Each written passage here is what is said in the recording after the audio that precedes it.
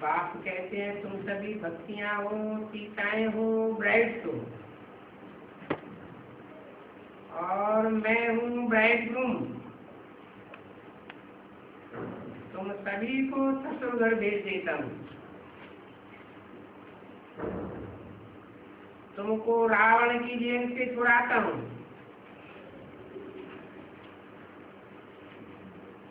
बाबा बेहद की बातें सुनाते हैं।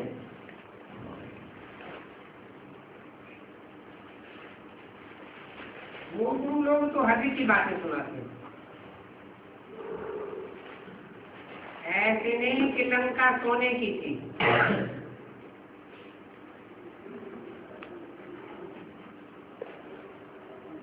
अरे सोने का भारत था, लंका थोड़ी सोने की थी।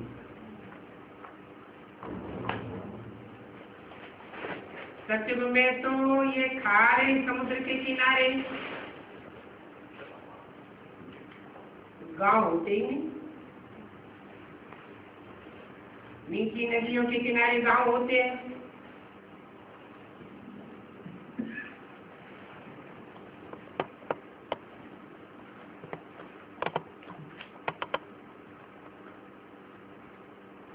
ये सब रावण के राज्य में होते हैं।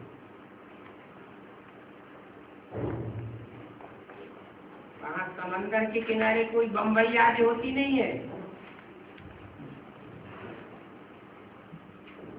वो भी खारे पानी पर है ना।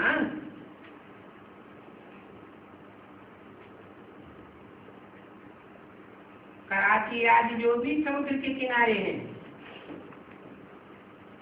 वो वहां नहीं होते हैं। ये सब खत्म हो जाएगा।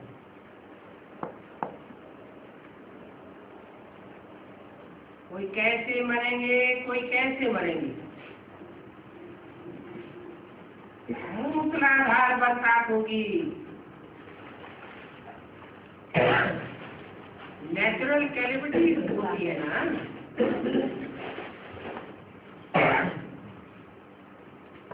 ये आपदाएं कोई की बनाई हुई नहीं है। बम्बई भी ऐसे बनाई जो एकदम फट से खत्म कर देंगे।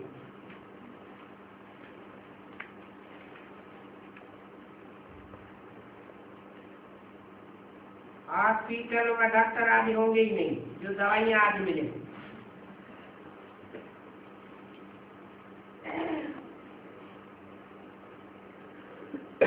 इन बातों की समझ तो है ना। मुझे बुलाया ही है हमको पावन दुनिया में ले जाओ, तो जरूर ये माया की दुनिया, माया की नगरी, पते तो पुरानी दुनिया खत्म करनी पड़ेगी। मैं आया हूँ आत्माओं को ले जाने के लिए।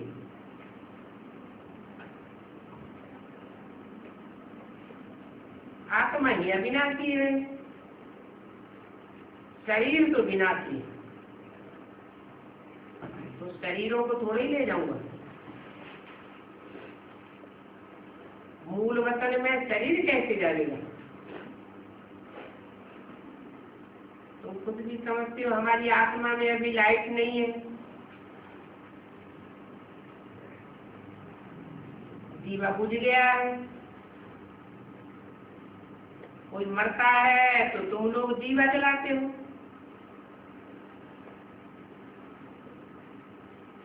दीवा की बहुत खबरदारी रखते हैं, कहीं जाने वाली आत्मा को अंधियारा न हो जाए।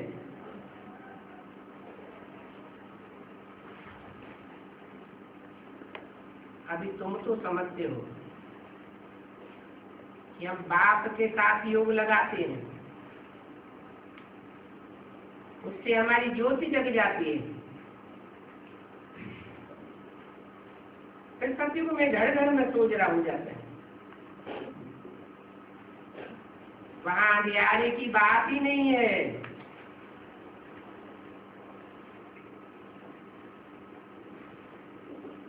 ये रोशनी नहीं, आत्मा का जो ये घर है उसमें सोझरा हो जाता है, देवता बन जाते हैं। अभी तुम्हारा भी जीवा जगह है ना, तो सोझरा भी आत्मा में आता है, ज्ञान की रोशनी आती है ना, अंधियारा भी आत्मा में होता है। आत्मा तमो प्रधान बनती है तो दीवा बुझ जाता है। अभी बाप कहते हैं मेरे साथ बुद्धि का योग लगाओ तो तुमको करंट मिलेगी। मैं प्योर चमकमक हूं,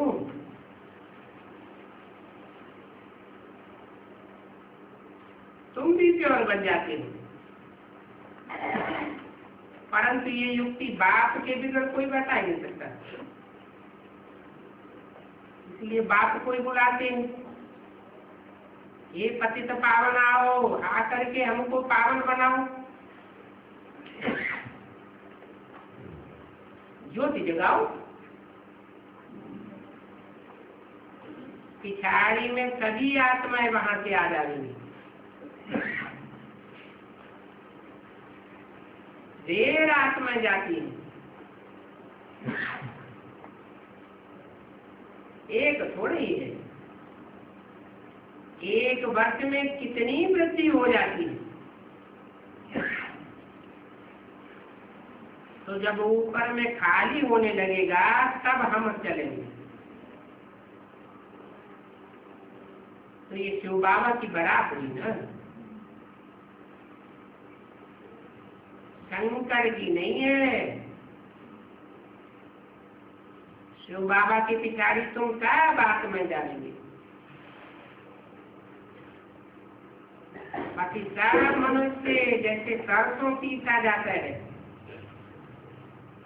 वैसे मनुष्य पिट जानेंगे।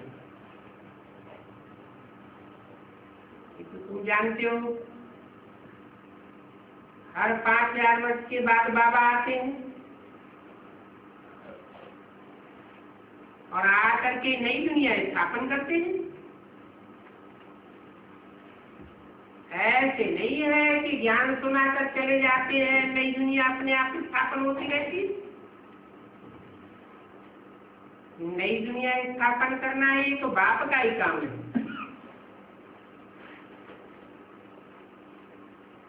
और धर्म पिताएं आए,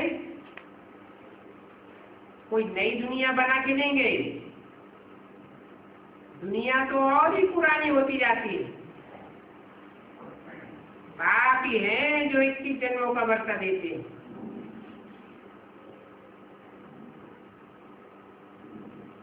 रावण आके शराब दे देता है, तो रावण देता है वरदान शराब और राम का होता है वरदान। अभी इस खुले खेल को तुम भी समझ गए और ये खेल भी भारत पर बना हुआ है।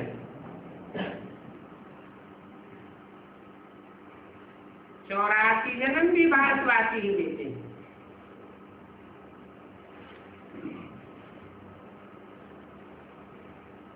और धर्म वाले जो हैं वो 84 जन्म नहीं लेते हैं। वो कहाँ के वासी है? वो भारतवासी नहीं है,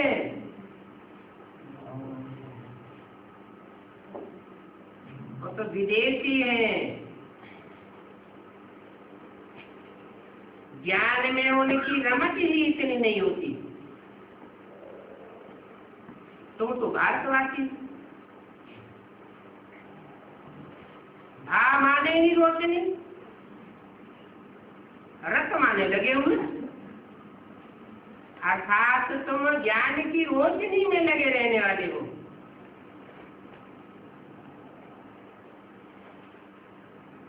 तो अभी तुम जितना याद करेंगे उतना ही तुम्हारे विक्रम विनाश होगा। और फिर आप समान भी बनाना है, नहीं तो मालूम कैसे पड़ेगा।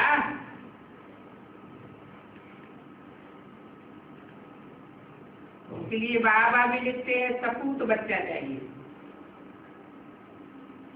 तो लिखते हैं हमने इतने को सुनाया, उनमें से हुआ कोर्स कर रहा है, परंतु हम लिखता हूं उन को निश्चय ही नहीं है कि बाबा आया हुआ है।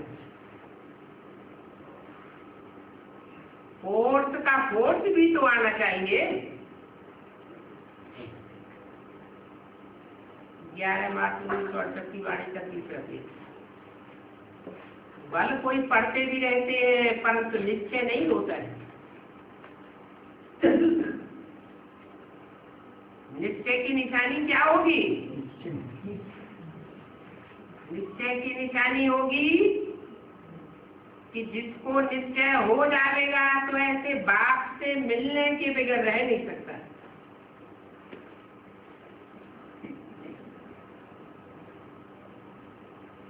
फिर बाप कहेंगे जाकर के रेगुलर पढ़ो, ऐसा जब हो तो कहेंगे ठीक है।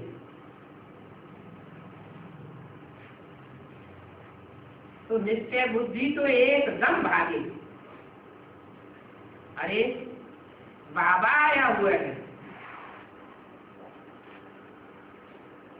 ऐसा बाबा जो हमको विश्व का मालिक बनाते हैं। एकदम पागल हो जाए, मिलने बगैर रह न सके। जैसे कोई को बड़ी लॉटरी होती है ना, ये भी घुड़दौड़ है। इस शरीर को इस शरीर की आत्मा को अश्व भी कहते हैं।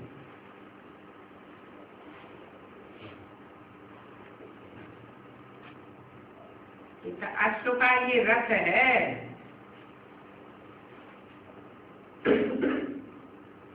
महमूद का घोड़ा भी बहुत संघाते हैं, क्योंकि उनका रथ था ना।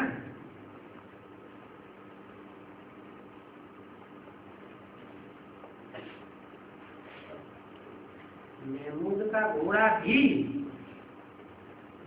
क्यों लगा दिया?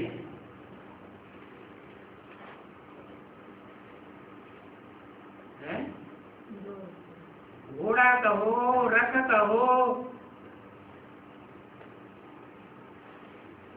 मोहम्मद के घोड़े को श्रृंगारते हैं ना। अभी बाप भी इस रथ पर आए हैं, फिर ये चले जाएंगे। बाद में फिर यादगार रूप में तुम आत्मा सोमनाथ का मंदिर बना देंगे।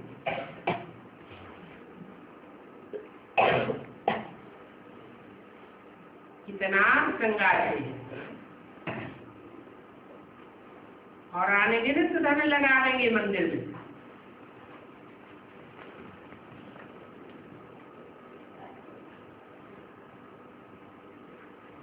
मुझे तुम स्वर्ग में तो मंगा लेंगे नहीं। जब भक्ति मार्ग शुरू होगा तो मेरे लिए फर्स्ट क्लास मंदिर आदि बना देंगे।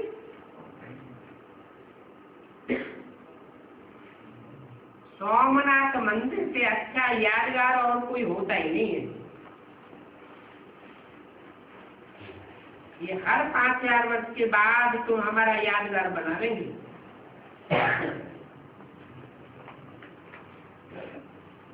हमारा चित्र रख देंगे।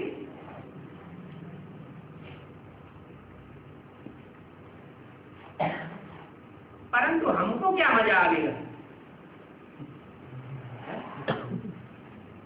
सोमनाथ के मंदिर में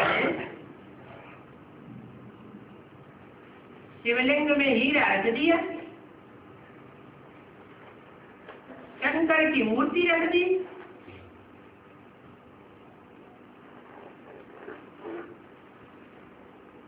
परंतु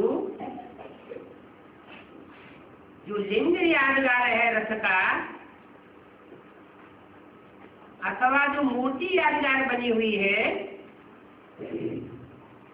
उस आत्मा को जो शरीर धारण करने वाली है, अथवा उसमें प्रवेश करने वाले हीरे को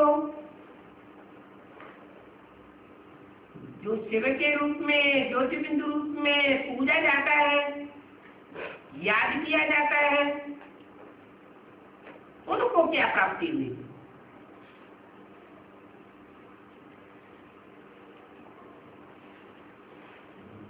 प्राप्ति कहाँ की बात है? संगम की बातें हैं। तो बाबा भिन्न भिन्न प्रकार से समझाते रहते हैं। बाबा कितना कमाल करते हैं। एकदम 21 जन्म के लिए निरोगी बनाए देते हैं।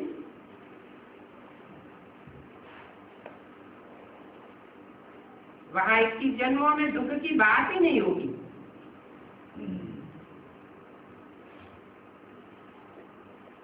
यहाँ तो देखो,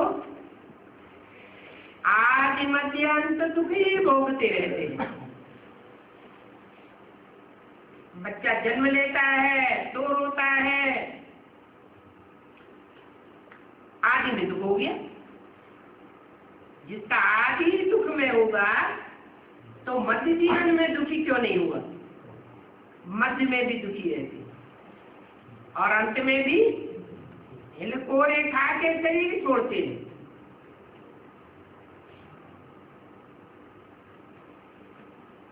ये है भ्रष्टाचार की पैदाइश। और वहां होती है युगल की पैदाइश। भ्रष्ट इंद्रियों का आचरण वहां होता ही नहीं। जो इस श्रेष्ठाचारी कुल के होंगे वो ही इन बातों को समझेंगे। श्रेष्ठाचारी कुल के नहीं होंगे,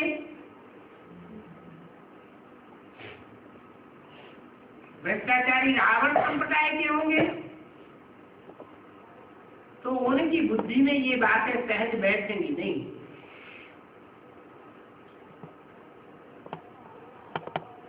ये बात की मैसेज सबको देना है,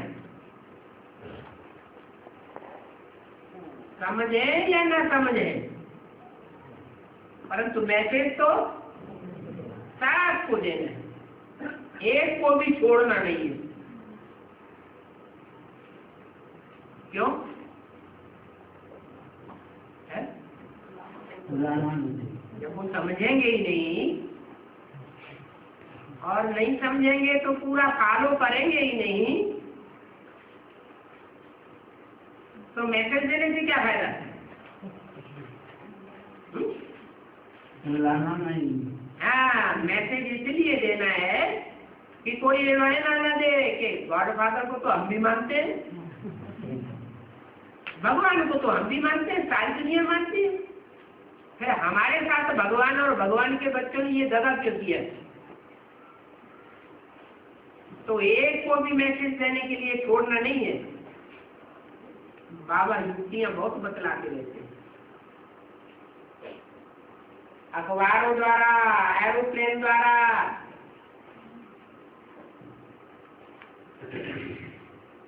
कोई भी तरीके से मैसेज देते रहो। आगे थोड़ी ही ऐसी युक्तियां करते थे। तुम बच्चे दिन प्रतिदिन उन्नति को पाके जाएंगे क्या? वो दुनिया वाले दिन प्रतिदिन उन्नति को नहीं पाने वाले। ब्राह्मणों की दुनिया में भी जो और धर्म में कन्वर्ट होने वाली वो आत्माएं हैं,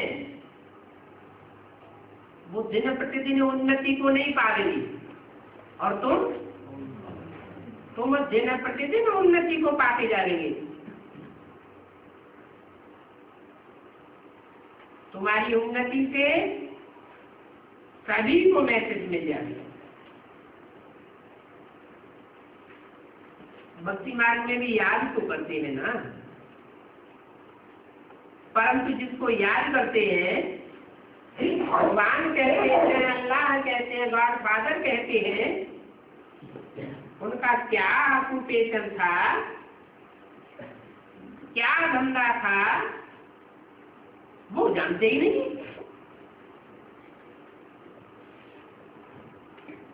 उसका रूप क्या है वो भी नहीं जानते। अभी बाप बतलाते, मैं कितनी छोटी बिंदी बिंदी आत्माओं का बाप हूं ना। तो जैसा बच्चों करूं वैसा बाप करूं। मेरी बिंदी आत्मा में सारा पाठ मुद्दा हुआ है।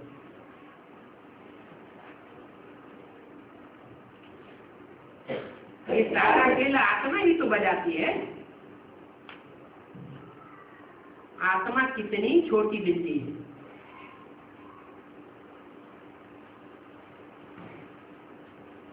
उनका पाठ चलता रहता है।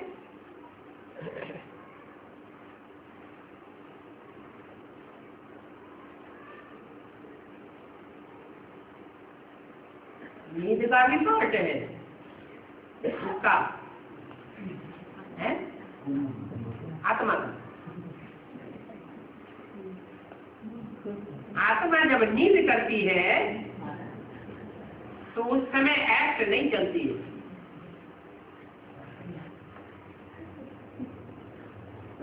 ये आत्मा बड़ी बंधन है। इसका रिकॉर्ड कब घिसता नहीं है। आत्मा में 84 जन्मों का रिकॉर्ड है जो चलता ही रहता है। इसको कुदरती रिकॉर्ड कहते हैं और कुछ नहीं कह सकते। तो बाप मीठे मीठे बच्चों को समझाते हैं, मैंने तुमको कितनी बार पढ़ाया है। हर वर्ष, हर 5000 वर्ष के बाद आकर के पढ़ाता हूँ।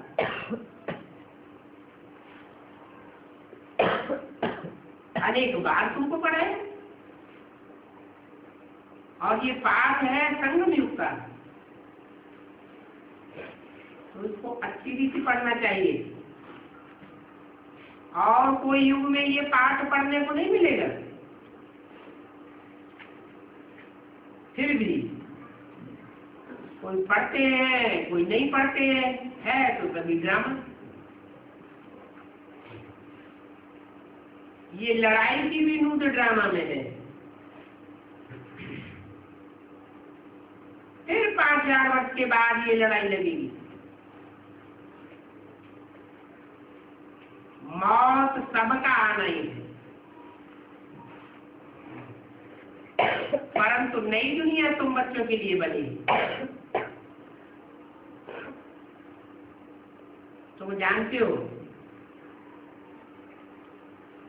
कि भक्ति मार्ग में तुमने बहुत धक्के खाए हैं।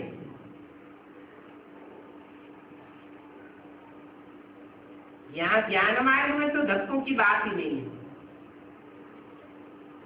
यहाँ तो कहते हैं गृहस्थ व्यवहार में रहो, रहना ही है। और ये ज्ञान भी तुमको अभी मिलता है, इस अंतिम जन्म में। एक जन्म में मिलता है ज्ञान, और भक्ति तो जन्म जन्मांतर करते चले आए। भक्ति सीखते हैं, सिखलाते हैं। कितना बेहद का नाटक है। तो तुम बच्चों को अंदर में ये खुशी होनी चाहिए, सुमिरन करो तो खुशी बढ़ती रहेगी। सिमर सिमर सुख पाओ, परंतु माया ऐसी है जो सिमरन करने नहीं देती।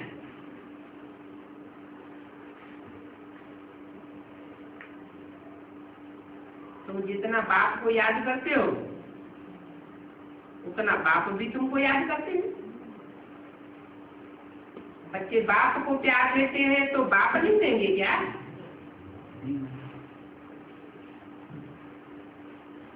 जो कपूत बच्चे होंगे वो तो याद भी नहीं करेंगे, फिर बाप भी उनको याद नहीं करेंगे। जो मुझे याद करते हैं उनको मैं भी याद करता हूँ, प्यार भी करता हूँ। कैसे भी है मित्रा घुरत घुराए, याद करो तो याद करूं, प्यार करो तो प्यार करूं। तुम प्यार तो करेंगे परंतु याद ही नहीं करेंगे तो हम तुमको प्यार क्या करेंगे? बहुत अच्छे अच्छे बच्चे हैं, उनकी आत्मा को प्यार किया जाता है। सुनता हूं उनको तकलीफ है तो उनकी आत्मा को बैठकर चला देता हूं। बाकी तो ड्रामा अनुसार जिनको जाना होता है चले जाते हैं, बल कितनी भी सर्च लाइट देता रहूं फिर भी चले जाते हैं।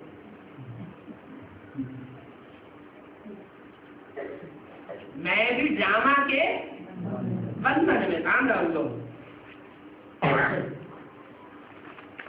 कहेंगे ड्रामा, उनकी आयु ही इतनी,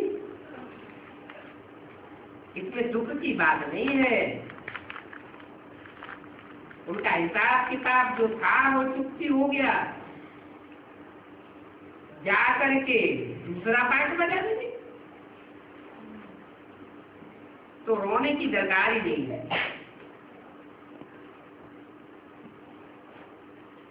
जानते हैं सभी को मरना है,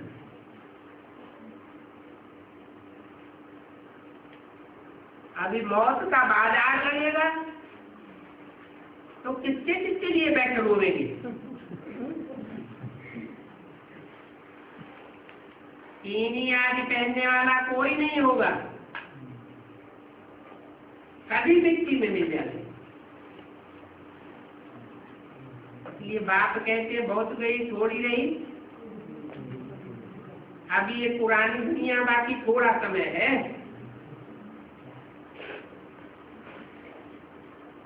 तुम अभी पढ़ रहे हो नई दुनिया के लिए, तो जरूर नई दुनिया होगी और पुरानी का विनाश हो जाएगी। मीठे मीठे सिकीले बच्चों को रूहानी बाप दादा का याद प्यार बुझवा दो। छोटा सा रात्रि क्लास है,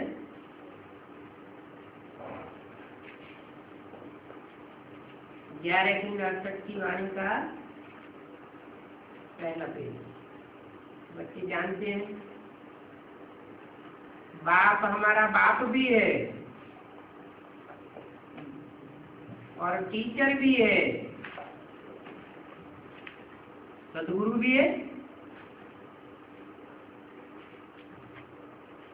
चलो बाप टीचर है सदगुरु है ये तो ठीक, परंतु बाप बाप भी है ये कहने की क्या दरकार है?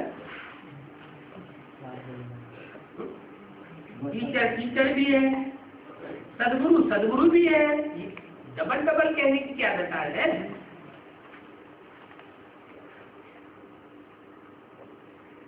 बाप बाप भी है। अरे और भी कुछ है, और भी कुछ है नहीं, रूहानी बाप जो है, जो बिंदु बिंदु आत्माओं का बाप है, ऐसे नहीं है कि वो टीचर है सुप्रीम और सुप्रीम सदगुरु है। लेकिन बाप भी प्रैक्टिकल में साकार में बनता है। ऐसे तो बिंदु बिंदु आत्माओं का बाप है,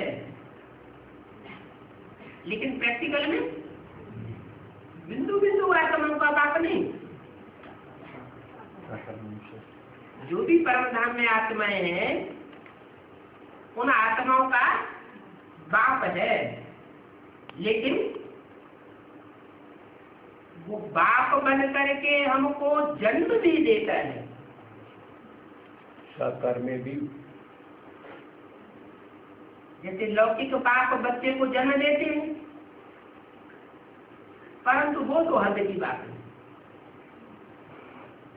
यहाँ तो आत्मा अविनाशी है, और जिस बच्चे को वो लौकिक बाप जन्म देते हैं वो बच्चा तो विनाशी है। विनाशी है, वो तो विनाशी होता है। यहाँ आत्मा अविनाशी, आत्मा का बाप भी अविनाशी, और अविनाशी बाप आकर के जो भी अविनाशी आत्माएं हैं उनको आकर के अपना और आत्मा का परिचय देते हैं। बेसिकली परिचय भी देते हैं कि तुम भी ज्योति बिंदु, मैं तुम्हारा बाप भी ज्योति बिंदु, और फिर एडवांस तो परिचय भी देते हैं कि तुम आत्मा किस कैटेगरी की आत्मा हो, किस देश विशेष में तुमने पार्ट बजाया है, किस धर्म विशेष में तुमने पार्ट बजाया है।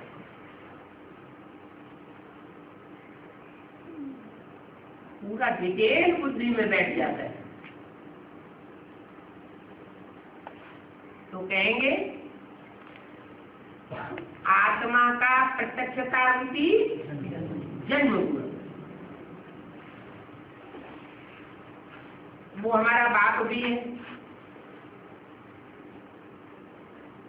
आत्मा को प्रत्यक्षता रूपी जन्म देता है, टीचर बनकर क्लैरिफिकेशन देता है, एक एक बात को हिज्जे हिज्जे करके समझाता है, फिर हमारी सदगति भी करता है। हमारी मन बुद्धि जिसकी दुर्गति हुई पड़ी है, बुद्धि नीचे की तरफ ही जाती है, 5 तत्वों की ओर ही जाती है। तो बुद्धि को दुर्गति से उठाए करके सदगति में 5 तत्वों की दुनिया से परे ले जाता है। तो आत्मा की सदगति हुई ना। कितने टाइम के लिए सदगति हो जाती है? 21 जन्मों के लिए 5 तत्वों में हमारी आकर्षण आत्मा की नहीं रहेगी। ये बात है, फिर किसी को पता नहीं है कि वो बाप के रूप में आके क्या करता है, टीचर के रूप में आके क्या करता है, सदगुरु के रूप में आके क्या करता है।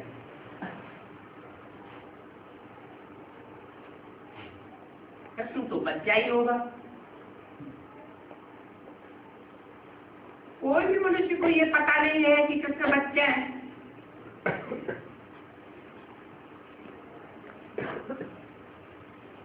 बच्चा कैसे बाप टीचर गुरु बनेगा? गीता सुनाते हैं तो वो बाप टीचर गुरु किसको समझते हैं?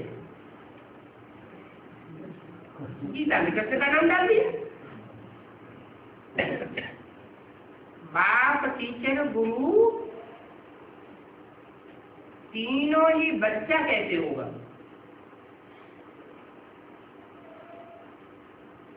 ये तो एक ही है जो बाप टीचर गुरु तीनों ही है। एक ही टाइम पर तीनों है या अलग अलग पार्ट बजाते हैं? बाप बाप के रूप में जन्म देता है तो अलग बात है। भले कोई बाप लौकिक जीवन में टीचर भी होता है तो टीच करता है, बाद में पहले जन्म देता है बाद में टीच करता है। परंतु लौकिक दुनिया में गुरु जरूर अलग होता है। और यहाँ कोई एक बाप भी है, टीचर भी होता है और बाद में गुरु भी है। ये एक ही सीन है जिसको समझना बड़ा बंदर है, समझाना भी बंदर है। शिव के चित्र में भी बड़े बड़े अक्षर में लिखना चाहिए।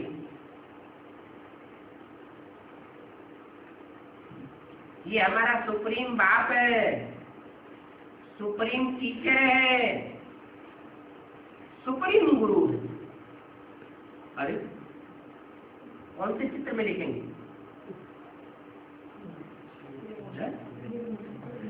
शिव का चित्र होता है? शिव का चित्र तो होता नहीं। शिव को हिंदी का नाम है। शिव का चित्र तब कहे जब वो कोई चित्र में प्रवेश करे, मनुष्य में प्रवेश करे, साकार में प्रवेश करे। क्योंकि चित्र साकार का होता है या निराकार का होता है? साकार का चित्र होता है। तो बोला शिव के चित्र में बड़े बड़े अक्षरों में लिखना चाहिए। ये हमारा सुप्रीम बाप है, ये टीचर है। तो कृष्ण का नाम हो जाएगा।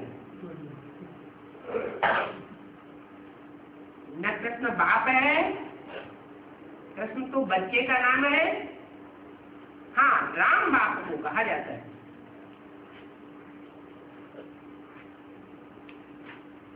भगवान एक ही है जो बाप टीचर सदगुरु है। ये मुख्य 3 संबंध हैं। शिक्षक अर्थात राजयोग की शिक्षा दिलाते हैं, राजयोग सिखलाते हैं। प्रदर्शनी में देखो कितना माथा मारना पड़ता है, फिर भी कोई की बुद्धि में बैठता नहीं है। शिवरात्रि मनाते हैं तो उनकी बायोग्राफी भी चाहिए।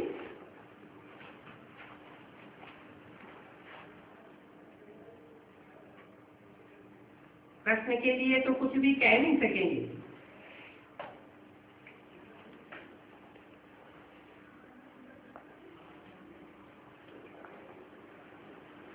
समझाने के लिए तो सहज है। ये जो किरणें दिखाई हैं गाय में, शिव बाबा के चित्र में किरणें दिखाई है, इससे तो लिखे शिव बाबा सभी का बाप है।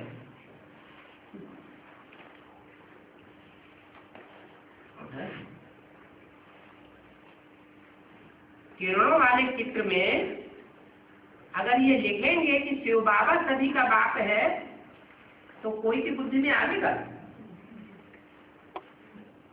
बाबा तो साकार को कहा जाता है, बूढ़े को बाबा कहा जाता है।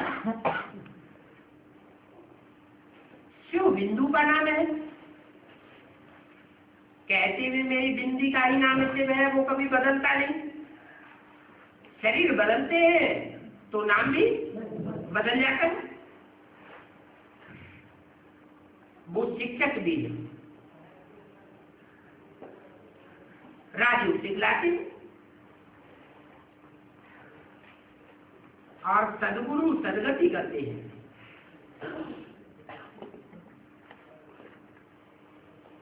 है ना?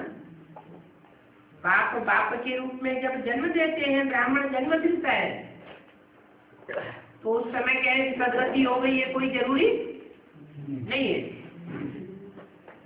टीचर के रूप में टीच करते हैं, राजयोग सिखाते हैं, उस समय भी कोई नहीं कह सकता कि हमारी सदगति हो गई। सदगति कब होती है? जब पढ़ाई पूरी हो और अपना आत्मिक स्थिति में आत्मा स्थिति अनुभव करे।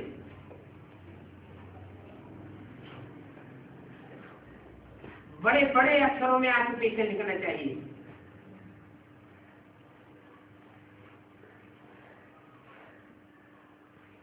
ये बाबा का धंधा है।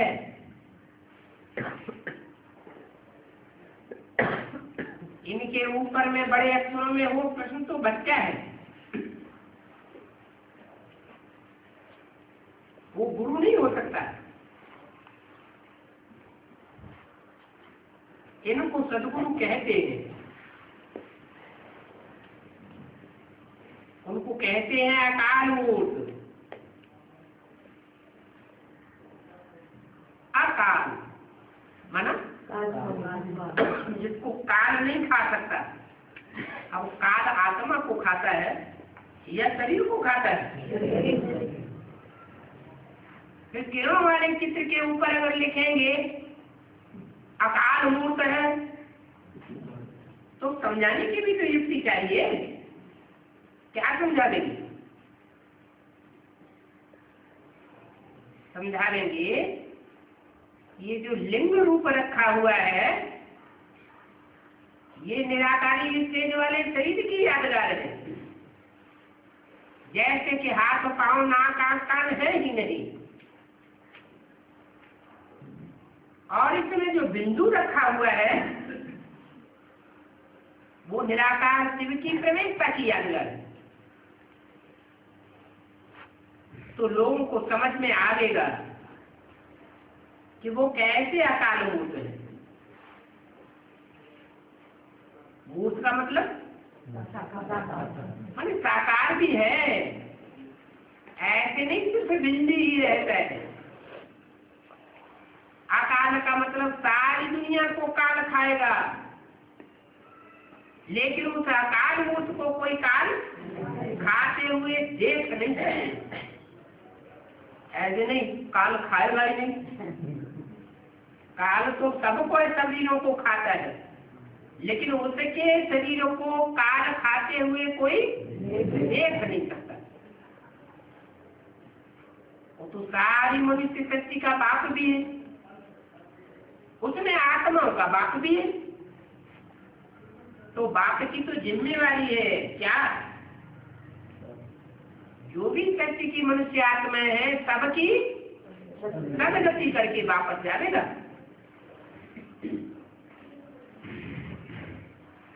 तो बाबा पढ़ाते हैं गीता आदि खर्च करने की यहाँ कोई दरकार नहीं है।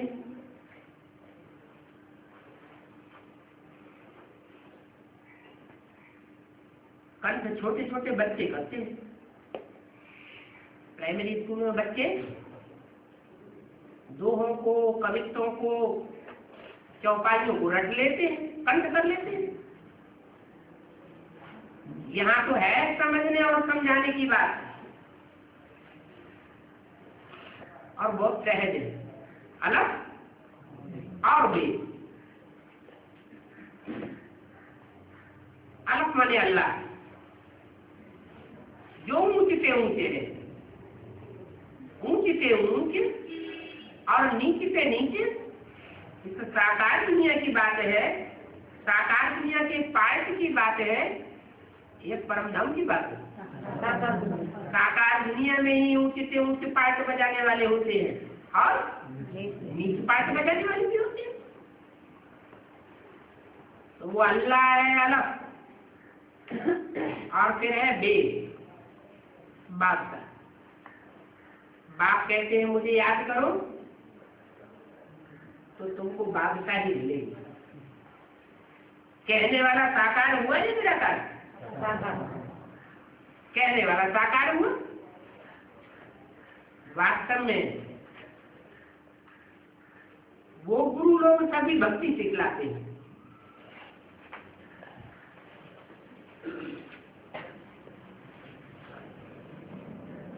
भक्ति में अंधश्रद्धा होती है। सत्य तो एक बात ही सिखलाते, जो सत्य होगा वही सत्य सिखला देगा। इसे झूठ खंडे की दुनिया में सब झूठे होंगे या सच्चे होंगे? झूठ खंड में सब झूठे,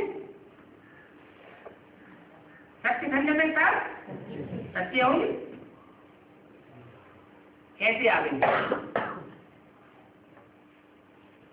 सत्य खंड में सब सच्चे कहां से आ जाएंगे? जरूर एक सच्चे बाप इस दुनिया में आकर के एक को सत्य बना के प्रत्यक्ष करता है, जिसकी यादगार सत्यनारायण की कथा चली आ रही। सत्य हरिश्चंद्र की भी कथा कह देते हैं। तो बाप सत्य ही सिखलाते हैं। बाप कहते हैं मैं तुमको पार ले जाता हूं, विषय सागर के पार ले जाता हूं। ये दुनिया विषय वैतरणी है ना, फिर तुम नीचे कैसे उतरते हो? ये बात और कोई तो बता ही नहीं सकता कि मनुष्य कैसे पुरुषार्थ करता है, नर से नारायण जैसा देवता बनता है, स्वर्ग में देवताएं होते हैं, फिर मनुष्य कैसे बन गया? मनुष्य से भी नीचे उतर करके राक्षस कैसे बन जाता है? कैसे बनता है? रंग के रंग से।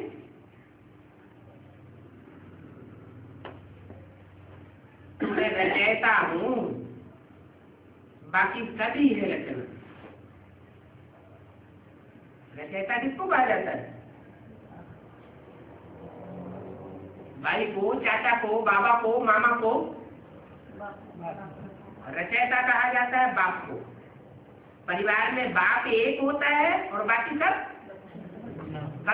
रचना होती है।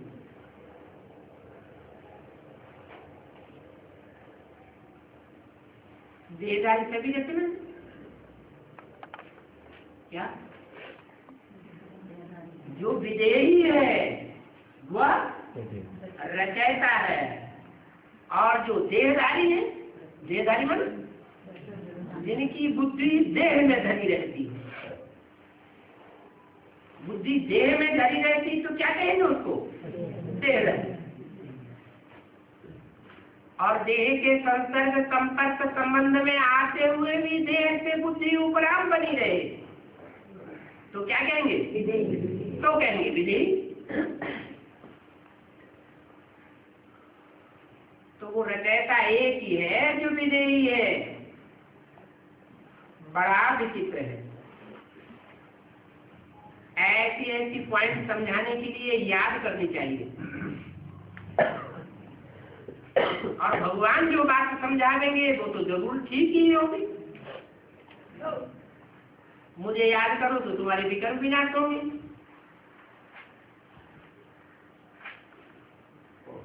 सतो प्रधान से तमो प्रधान बने, अभी तमो प्रधान से सतो प्रधान बनना है। जब आत्माएं सतो प्रधान बनेगी तो सतो प्रधान बनने से क्या होगा? खुशी में ऊपर उड़ेंगी। जब तक आत्मा प्योर नहीं बनी है तब तक ऊंची उड़ान उड़ सके। तो देखो सबसे तीखा ये आत्मा का रॉकेट है। चपटी में आत्मा कहां की कहां चली जाती है। टिक टिक होती रहती है। बाप कहते हैं सेकंड में राज्य मिलता है। बाबा कहा और सेकंड में विश्व के मालिक बने। बाप को जानो, फिर दैवी गुण भी धारण करने हैं। हम शिव बाबा के बने हैं तो हमारे में कोई अवगुण नहीं होना चाहिए। तुम बच्चों को ये याद रहना चाहिए, हम संगम युग पर पढ़ते हैं। सतयुग आदि में जाने के लिए आदि तो है पुरुषोत्तम संगम युग। सतयुग आदि में होते हैं देवताएं।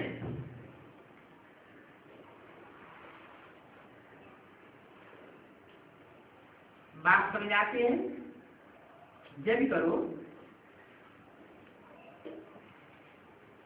कि बाप ही ठीक कहते हैं,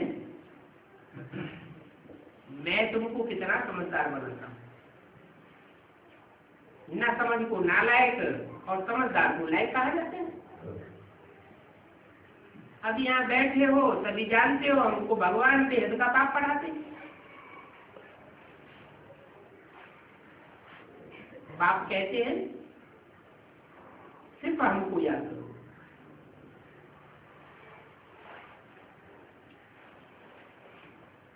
याद के लिए भी ज्ञान है,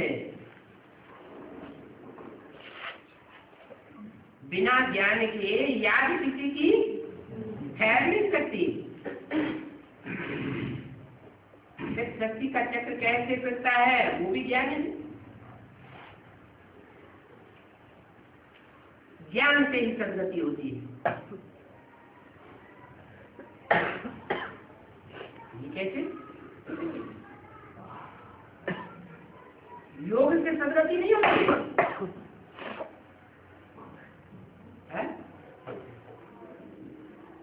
शास्त्रों में भी लिखा है ऋते ज्ञानान्न मुक्ति। मुक्ति माने गति। ज्ञान से ही मुक्ति होती है। आत्मा गतिशील बनती है। आत्मा कहा जाता है मन बुद्धि को। मन बुद्धि अगर ठहर जाए तो कहेंगे गतिशील है? नहीं।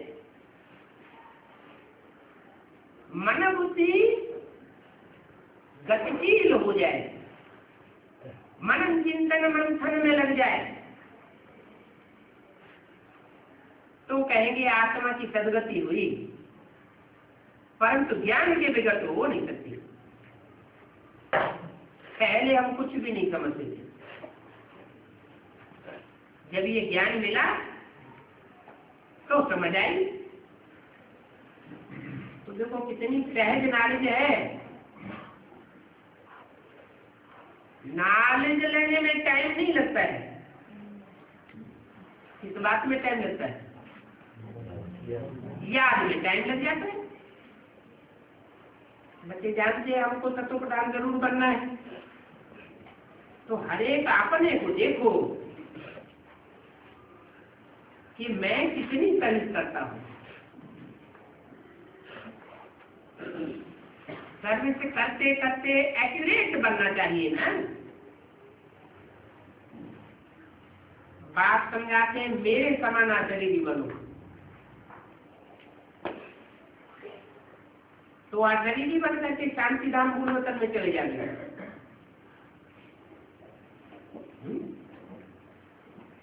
मेरे समान का मतलब क्या हुआ?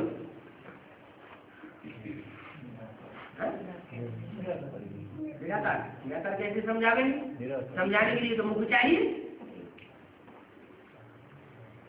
जो निराकार तो साकार बन करके समझाते हैं कि मेरे समान अशरीरी बनो। मन शरीर छोड़ करके अशरीरी बनने की बात नहीं है।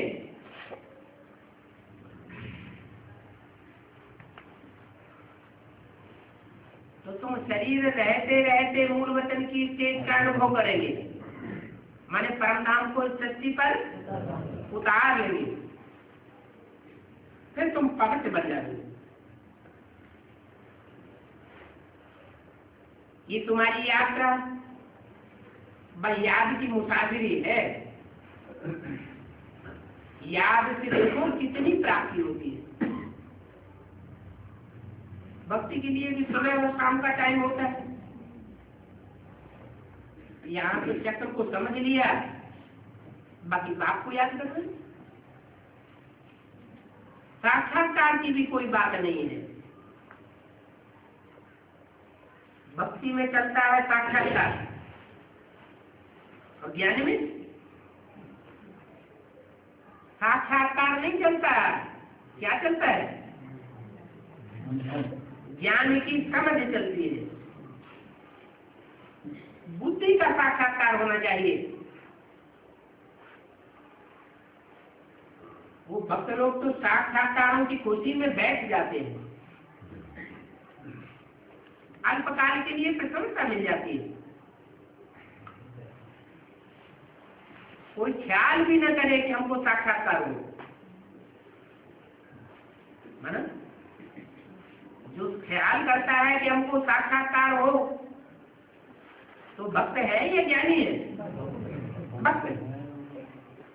बाप कहते हैं मेरे समाना शरीरी भव,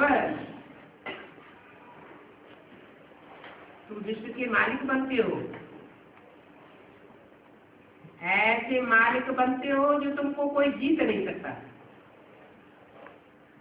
सारा आसमान तुम्हारा हो जाता है। अभी तो देखो जमीन के टुकड़े टुकड़े के ऊपर आपस में लड़ मरते हैं।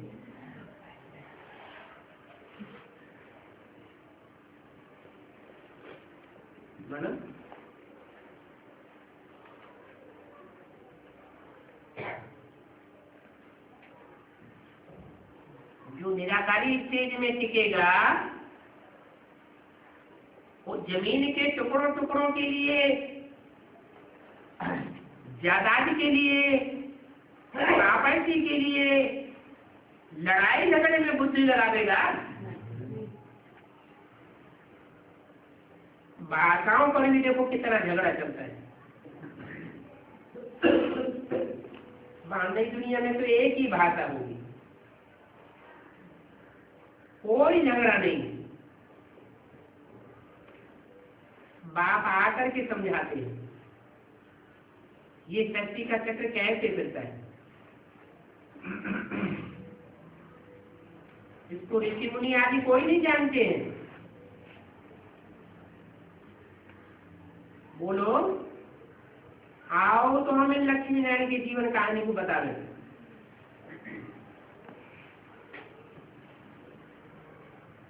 जन्म जन्मांतर का हमारे ऊपर पापों का बोझ है, तो याद के बल से खत्म करेंगे।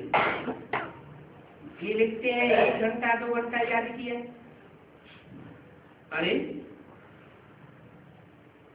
जन्म जन्मांतर का बोझ है और 1 घंटा 2 घंटा याद किया, ऐसे लिखते हो? शर्माना चाहिए। तुम बाप को याद क्यों नहीं करते हो? अरे 1-2 घंटा लिखते हो, उनके लिए वैसे बोलती है, और 5 मिनट 10 मिनट भी याद न करते हो तो ये तो आने जाने का ड्रामा बना हुआ है। हमने पार्ट बजाया है। अभी हमको सुख की दुनिया में जाना है, ये सुख की दुनिया छोड़ जानी है, तो हम क्यों नहीं याद करेंगे? अच्छा, ओके।